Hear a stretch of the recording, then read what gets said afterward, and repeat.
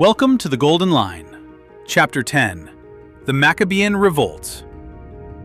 In this chapter, the temple was defiled and attacked, and a faithful family rose to defend it. Remember how chapter 9 ended? God's people came home, rebuilt the altar, the temple, and the walls. But coming home was not enough. Because God wanted their hearts to come back too. Exactly. Chapter 9 taught us that the first thing to rebuild is worship. But now, in chapter 10, that worship will be attacked. God's people were back in Jerusalem, but foreign empires still ruled over them. And slowly, the Golden Line moved forward through years of waiting and silence. But silence did not mean God had forgotten. After Persia, a new power rose, Greece. A young conqueror named Alexander the Great swept across the ancient world. He conquered lands very quickly. And everywhere he went, Greek culture followed.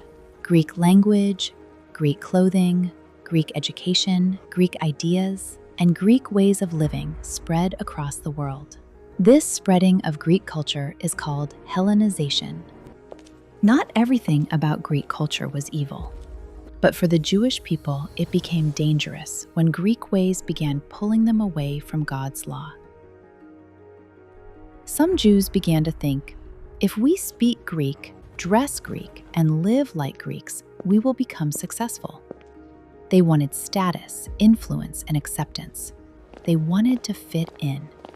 And little by little, some began to see God's commandments as something old, embarrassing, or inconvenient.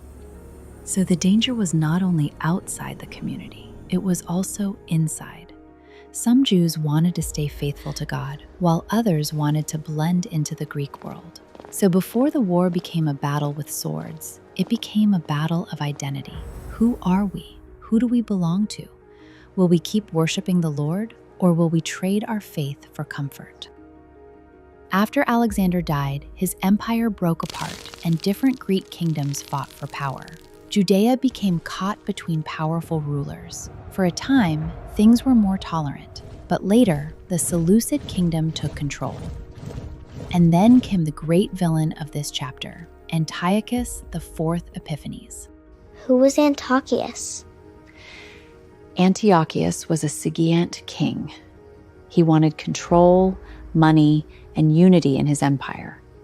But he did not only want to rule the Jews politically. He wanted to change their worship, their identity, and their obedience to God. He looked at the Jewish people and thought their faith made them difficult to control. So he attacked the heart of their life with God. He attacked the temple.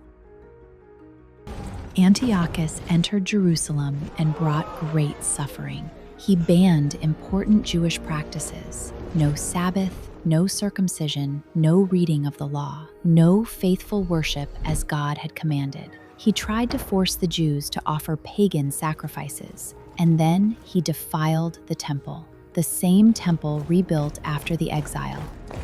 That is why this chapter is so important. In chapter 9, worship was rebuilt. In chapter 10, worship must be protected. The temple was not just a building, it was the heart of their covenant life with God. So when Antiochus defiled it, he was not only attacking stones and gold, he was attacking worship, identity, and faithfulness. Did everyone give in? No, many faithful Jews refused. Some hid the scriptures, some kept the Sabbath in secret, some families ran into the hills, some mothers protected their children, some elders refused to break God's law, even when it cost them everything. This was not only a war with soldiers, it was a war over worship, memory, and faithfulness. Worship had to be protected, not because God is weak, but because people's hearts can be pulled away. If worship is lost, the people forget who they are. And if they forget who they are, they forget the God who called them. Then the story moves to a small town called Modin. Resistance did not begin with a huge army. It began with one old priest and his family. His name was Mattathias. Seleucid officials came to Modin and demanded a public pagan sacrifice. They wanted Mattathias to obey the king's command and set an example for everyone else. But Mattathias refused. He would not bow. He would not offer false worship. He would not pretend that disobedience to God was peace. So one man's refusal started everything? Yes. One faithful refusal lit the fire. Mattathias knew the danger. But courage is not the absence of fear. Courage is obeying God even when fear is standing beside you. When another Jew stepped forward to offer the sacrifice, Mattathias reacted violently. He killed that man and the king's officer. It was a raw, desperate, and messy moment. It was not a clean little story. It was the beginning of a rebellion. Then Mattathias cried out to everyone who was zealous for the law and faithful to the covenant, "Follow me," and he fled into the hills with his sons. Mattathias had 5 sons. The most famous was Judas, called Maccabeus, Judas the Hammer. After Mattathias died, Judas became the leader of the revolt. Why was Judas called the Hammer? Because he struck hard against enemies much stronger than him. The Seleucid armies were powerful. They had trained soldiers, armor, horses, and long spear formations. On open ground, they were terrifying. But Judas understood the land. He and the Jewish fighters were not a polished empire army. They were rugged men from the hills, tired, dusty, outnumbered, but determined. They used the rocky valleys and narrow paths of Judea. A direct battle would have destroyed them. So Judas used surprise attacks, night movements, ambushes, hit-and-run strikes, and attacks on supply lines. The Greeks were strong in open fields, but in the hills, Judas and his men knew every path. They were small but faithful, weak in numbers but strong in courage. And through them, God kept hope alive. Against great odds, the Maccabees entered Jerusalem and took back the Temple Mount. They got the temple back? They did. But taking back the stones was only half the work. The temple had been polluted. Foreign things had been brought inside. The altar had been desecrated. Holy vessels were missing or ruined. The place of worship had been wounded. So the people had to cleanse the temple. They removed what was unclean. They took down the polluted altar. They built a new altar with unused stones. They made new sacred vessels. They prepared the temple again for true worship. Later Jewish tradition also remembers the miracle of the oil. The tradition says they found only one small jar of pure oil, enough for 1 day. But the lamp burned for 8 days until new pure oil was ready. This is where Hanukkah comes from.